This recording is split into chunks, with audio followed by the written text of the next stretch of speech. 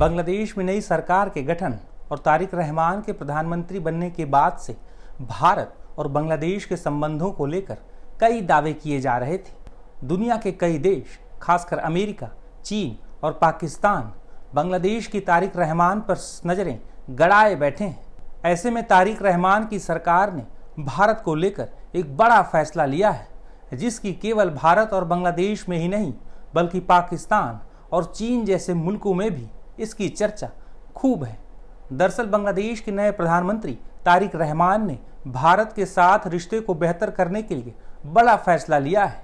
दिल्ली स्थित Bangladesh high commission ने 20 फरवरी को भारत के लोगों के लिए वीजा सेवाएं फिर से बहाल कर दी हैं, जिन्हें बांग्लादेश की अंतरिम सरकार के दौरान मोहम्मद यूनुस ने करीब 2 महीने पहले सस्पेंड कर दिया था। रिपोर्ट्स के मुताबिक भारतीय नागरिकों के लिए सभी कैटेगरी के वीजा बहाल कर दिए गए हैं, जिनमें पर्यटन और मेडिकल वीजा भी शामिल हैं। दरअसल दिसंबर में दोनों देशों ने काउंसलर और वीजा सेवाएं रोक दी थी। ये फैसला भारत विरोधी युवा नेता शरीफ उस्मान हादी की हत्या के बाद लिया गया था। हादी की हत्या के बाद बांग्लादेश में बड़े पैमाने पर प्रदर्शन हुआ था। इसके बाद बांग्लादेश में लगातार कई हिंदुओं को निशाना भी बनाया गया था, जिसके बाद दोनों देशों के बीच तनाव काफी ज्यादा बढ़ गया था। हालांकि अब बीएनपी के सत्ता में आने के बाद भारत बांग्लादेश के संबंधों में सुधार होता दिख रहा है।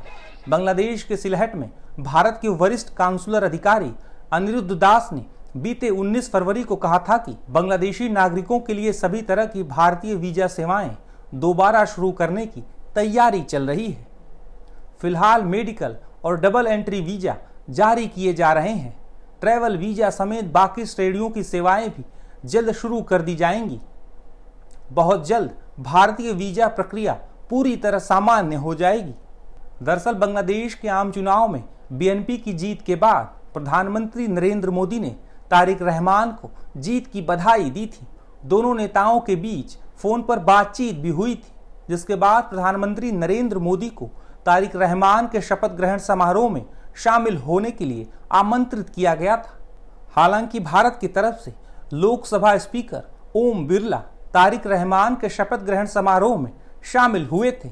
उन्होंने तारिक रहमान से मुलाकात भी की थी और पीएम मोदी का एक पत्र सौंपा, जिसमें उन्हें भारत आने का निमंत्रण दिया गया है। वहीं तारिक रहमान ने प्रधानमंत्री बनने के बाद बांग्लादेश के लिए एक संदेश भी दिया था। अपने पहले संबोधन में तारिक रहमान ने बांग्लादेश के सामने खड़ी चुनौतियों और बीएनपी सरकार की प्राथमिकताओं का जिक्र किया था। तारिक रहमान ने बांग्लादेश की डेमोक्रेसी को मजबूत करने, कानून व्यवस्था बेहतर करने और भ्रष्टाचार पर रोक लगाने का वादा किया। उन्होंने देश से सांप्रदायिक माहौल खत्म करने और धार्मिक आधार पर कोई भेदभाव न होने देने का भरोसा दिलाया है। इसी दौरान उन्होंने कहा कि चाहे कोई मुस्लिम हो, हिंदू हो, बौद्ध हो या ईसाई हो, धर्म से उसकी नागरिकता पर कोई फर्क नहीं पड़ता है। यह हम सबका देश है, जिसे हमें मिलकर आगे ले जाना है। दरअसल शेख हसीना के तख्ता पलट के बाद और मोहम्मद यूनुस का राज आने के बाद बांग्लादेश में हिंदू समुदाय को जमकर निशाना बनाया गया। ऐसे में तारिक रहमान का ये बयान काफी महत्वपूर्ण माना जा रहा है।